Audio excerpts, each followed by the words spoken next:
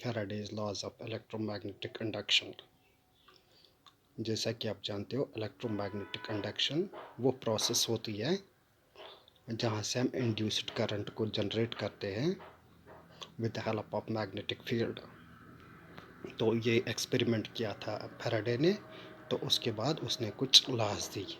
तो first law, Faraday's law, first law states whenever there is magnetic flux which is linked with the circuit, as long as it changes, induced EMF is produced।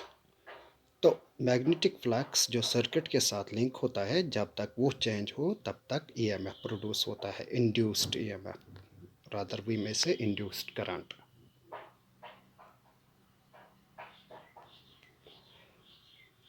तो what is this magnetic flux or what is this induced EMF? So let's explain this first law of electromagnetic induction. You know, on Faraday's experiment में हमने देखा था एक coil को magnet के साथ attach किया था, ऐसे कॉइल। तो इसमें इंड्यूस्ड करंट तभी प्रोड्यूस हुई जब मैग्नेटिक फील्ड लाइन्स इस कॉइल के थ्रू पास हो गई, इसके साथ लिंक हो गई, कनेक्ट हो गई। तो जब वो सरफेस पर जितनी भी मैग्नेटिक फील्ड लाइन्स हो एक सरफेस पर, उसको मैग्नेटिक फ्लक्स कहते हैं। फॉर एग्जांपल, ये मैग्नेट है तो ये कॉइल है, तो मैग्नेट जो है वो मैग्नेटिक फील्ड प्रोड्यूस करेगा। तो सरफेस पर जितनी भी मैग्नेटिक फील्ड लाइन्स होंगी उसको मैग्नेटिक फ्लक्स कहते हैं। तो यहाँ पर देखिए कितनी लाइन्स इसके साथ कनेक्ट हो रही है, that is the magnetic flux at the present time. But whenever we see this magnetic flux, जब ये चेंज होगा तभी इंड्यूस्ड ईएमएफ प्रोड्यूस होगा। तो ये लाइन्स जो सरफेस के साथ कनेक्ट हो रही है ये चेंज होंगी, यानी कि ज़्यादा लाइन्स कनेक्ट होंगी या कम लाइन्स। तो ऐसा कैसे होगा? तो आपने देखा था जब हमने दोनों को स्टेशनरी स्टेट में रखा था तो करंट प्रोड्यूस नहीं हुई थी, इंड्यूस्ड करंट प्रोड्यूस नहीं हुई थी। तो इस सरफेस पर जितनी लाइन्स है, अब इनको हमें या तो कम करना है या ज़्यादा करना है, तभी हम बोल सकते हैं मैग्नेटिक फ्लक्स चेंज हो गया। तो इस वक्त मैग्नेटिक फ्लक्स देख रहे हैं कितनी लाइन्स, ये सभी लाइन्स कनेक्टेड है इस सरफेस से। तो इन लाइन्स को अगर ज़्यादा से ज़्यादा लाइन्स इस सरफेस पर हम लेके आए तो उसके लिए हमें मैग्नेट और कॉइल को एक दूसरे के नज़दीक लाना होगा, क्योंकि वहाँ पर बहुत सारी लाइन्स है एक दूसरे के साथ है, तो ज़्यादा लाइन्स इसके साथ कनेक्ट में आ जाएंगी। तो इसके लिए या तो कॉइल को हमें आगे लेके आना है या मैग्नेट को आगे लेके जाना है। तो मैग्नेटिक फ्लक्स है इस वक्त, कितनी मैग्नेटिक फील्ड लाइन्स इस वक्त सरफेस के साथ लिंकड है। तो यहाँ पर हम मैग्नेटिक फ्लक्स को चेंज करेंगे। देखिए ज़्यादा से ज़्यादा लाइन्स इस सरफेस पर पड़ रही है, सो we may say that there is change in magnetic flux. तो जितना हम चेंज करेंगे, जब हम चेंज करेंगे उस वक़्त इंड्यूस्ड ईएमएफ और इंड्यूस्ड करंट प्रोड्यूस होगी। हम इसको पीछे ले जा रहे हैं तो लाइन्स कम होती जा रही है, ये देखिए। तो इन दोनों सूरतों में लाइन्स जो थी कभी बढ़ रही है कभी कम हो रही है, so that will produce induced current और इंड्यूस्ड ईएमएफ। तो स्टेशनरी स्टेट पर कोई भी करंट प्रोड्यूस नहीं होगी।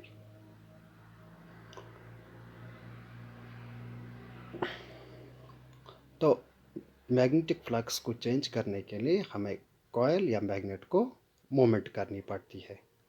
तो और एक तरीका भी है मैग्नेटिक फ्लक्स को चेंज करने का, इस सरफेस को हम आधा कर लें। तो इस वक्त जितनी लाइनें सरफेस पर पड़ रही है, अगर इसको आधा करें तो मैग्नेटिक फ्लक्स, मैग्नेटिक लाइन्स कम पड़ सकते हैं, that also results the change in magnetic flux, which will result the production of induced current or induced EMF.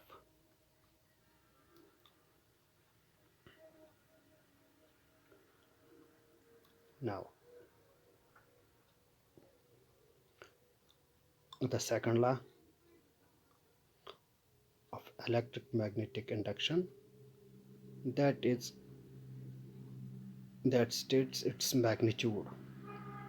What is the magnitude of this EMF?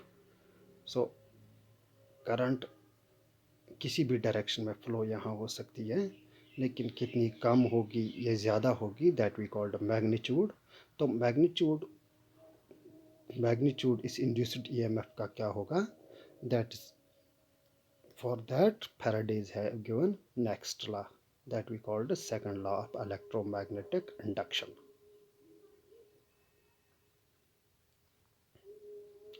So what was the second law of magnetic? अब EMF कितना produce होता है, इसका magnitude कितना होता है, that is directly proportional to the time rate of the change in magnetic flux linked with the circuit. तो इसका मतलब क्या हुआ, इंड्यूस्ड ईएमएफ बढ़ेगा जब जल्दी जल्दी मैग्नेटिक फ्लक्स चेंज होगा. चेंज मीन्स कम लाइन्स बढ़ेंगी इस पर या ज़्यादा, लेकिन जल्दी होना चाहिए, स्पीड इसकी ज़्यादा होनी चाहिए. तो जितना जल्दी जल्दी होगा, जितना तेज़ होगा, उतना ज़्यादा इंड्यूस्ड ईएमएफ प्रोड्यूस होगा, और जितना कम उतना कम. सो we may say that this E magnetic flux, it is directly proportional to the delta phi divided by delta t, which gives E is constant. Directly proportional को हटाने के लिए हम यहाँ पर कांस्टेंट को प्लेस कर रहे हैं, that we called K. So E is equal to K D phi divide by D T.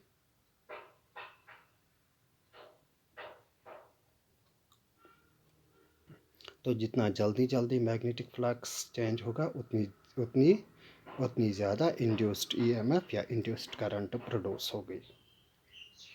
So in SI units, जब इसमें एसआई यूनिट्स जब इसको हम एसआई यूनिट के थ्रू रिप्रेजेंट करेंगे, तो पहली बात तो ये है, it is in the opposite direction, we see in the minus sign.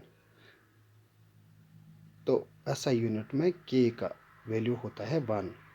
So that means E is equal to minus d phi divided by dt.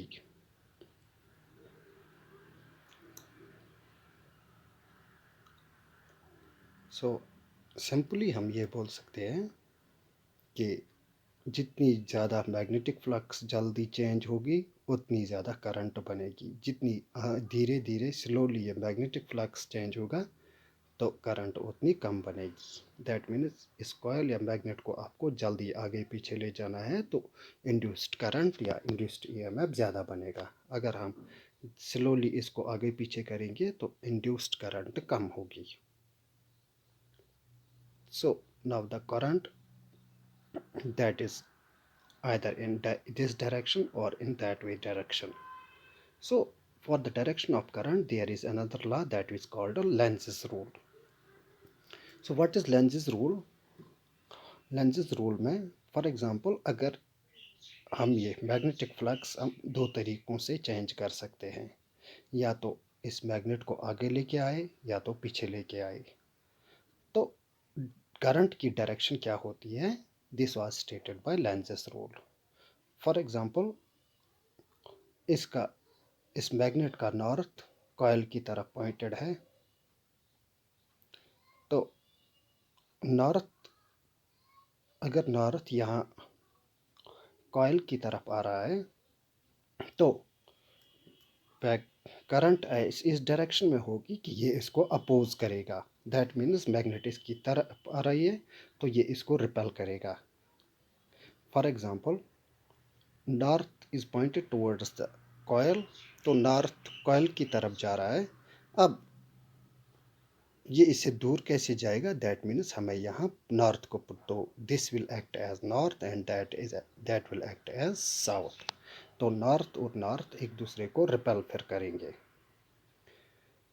तो इस डायरेक्शन में जो करंट होगी that would be in anti clockwise.